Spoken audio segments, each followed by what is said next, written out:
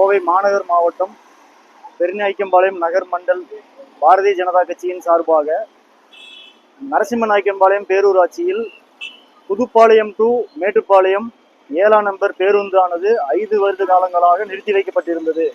அதை மீண்டும் பயன்பாட்டிற்கு கொண்டு வர சொல்லி மாவட்ட ஆட்சியரிடம் பெருநாயக்கம்பாளையம் நகர் மண்டல் சார்பாக மனு அளிக்கப்பட்டுள்ளது.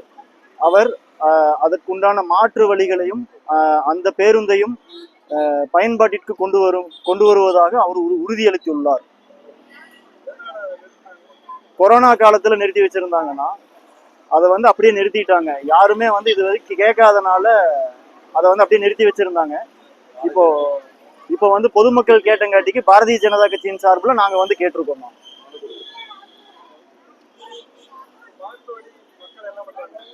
ஆனா அவங்க எல்லாம் நடந்துதான் போயிட்டு இருக்காங்க. இன்னொன்னு ஆட்டோல போயிட்டு இருக்காங்க. இதுதான் அவங்களுக்கு மாற்று வழியா இருக்கு. ஆனா பேருந்து ரொம்ப அவசியமான ஒண்ணுதாங்க. அந்த குழந்தைகளுக்கு ரொம்ப முக்கியமா இருக்கும். நிறைய ஸ்கூலுக்கு போற குழந்தைகள்லாம் அங்கிருந்து போயிட்டு இருக்காங்க. அவங்களுக்கு இந்த பஸ் கண்டிப்பா தேவைப்படுங்க. அதுக்காக நாங்க மனு கொடுத்துருக்கோம்.